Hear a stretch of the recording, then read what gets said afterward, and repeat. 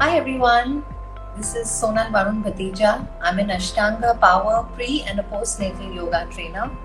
Ashtanga yoga happened quite a few years ago, as most of us know, but prenatal journey has just begun 6 years back when I became a young mom.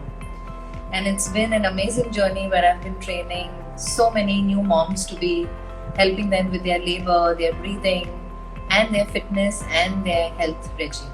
Thank you so much for having me.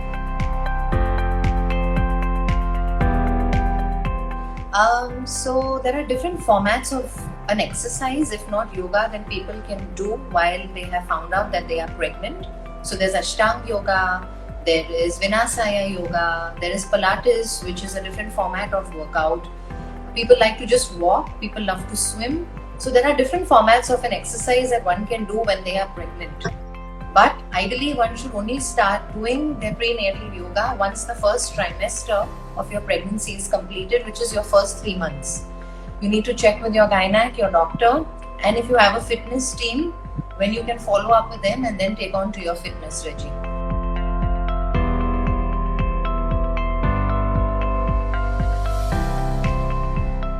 You know, for young moms who are going through their first pregnancy, it's a different feeling because you honestly feel that an alien has taken over your whole body, where the body is not feeling normal. You could be bloaty, you could be nausea, you could be constipated, there could be acid reflux. So you have to go very slow and see what works for you. For some girls and some moms, to be only a simple walk will just make them feel good, or sometimes not even. Sometimes you become a fetus yourself, which is a new baby, that you'll be just sleeping.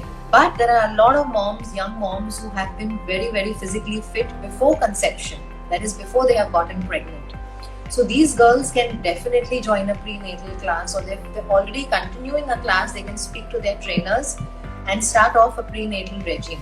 And you can do it 3 times a week, you can do it twice a week. I know I did prenatal yoga myself 5 days a week. So it's best that the new mom to be decides what she wants to do. And it could be walking like you suggested, it could be also a swim. It could be just doing a breathing class, it could be just a stretching class. Some also enjoy Pilates, which can be done only after the first trimester.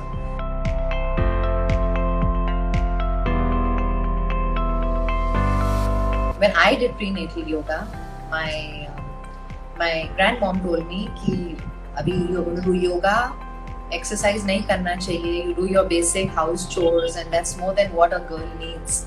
But today, when yoga and this whole science has come into prenatal, where we help girls to breathe properly during their labor, help their labor to be less painful than what it is, help their body, their mind, their blood circulation enhances in the body. So to accept is very different to connect to something which is growing in you.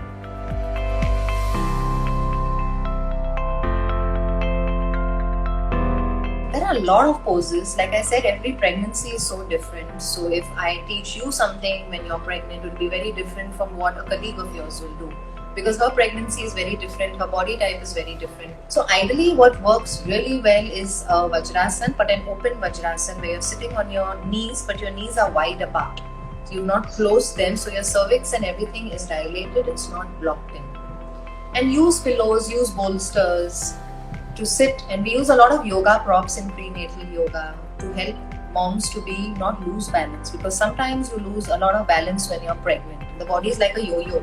So you need to be very, very well guarded while walking and also doing your yoga class. So there are umpteen number of asanas, and pranayams is the basic, is an anulom vilom that you can do, a deep breathing. Labor breathing is something which everyone can do, which will help you in turn to have an easy natural birth.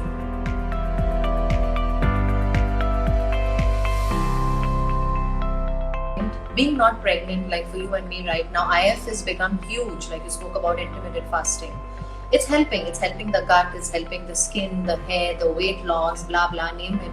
People are doing 12 hours, 16 hours, 18 hours. I know someone who's doing 20 hours, which is good, very good. Good luck if it's working for you. But how long are you going to do this in your life is my question. It is going to reach a plateau where your food is going to be needed. And you also need to know, after an intermittent fasting, you need to eat a correct meal. You can't break your intermittent fasting by having anything you like. So if an IF is done with a help of a nutritionist or help of a doctor, then it's fab because it will work for you. But there is a time period for all this. You can't do all this lifelong. So guys, please be wise in pregnancy. Do not do any of these fad diets, these IF fastings or a keto or any kind of a tough diet. Eat a proper thali. You know how Gujaratis eat their thali, which is well nutritious. Eat two bites of everything. You need your organic ghee, which is desi ghee made at home. You need your nuts. You need everything which is home cooked. And of course, you can eat outside food. Not too much, but balance it. So thank you so much, guys. This is my talk today, concluding on prenatal yoga, where we spoke about how important fitness is when you're pregnant, food, your nutrition, and most importantly, your mindset. Because if your mind is not in sync with your body, let me tell you, any class that you join, any dietitian that you follow is not going to work for you. And if there is no help, you all can definitely DM me. And my name is Sonal Varun Bhatija. I'm an Ashtanga trainer. And if you all want to join my classes, please send me a message and I would love to help you guys. And thank you so much for today.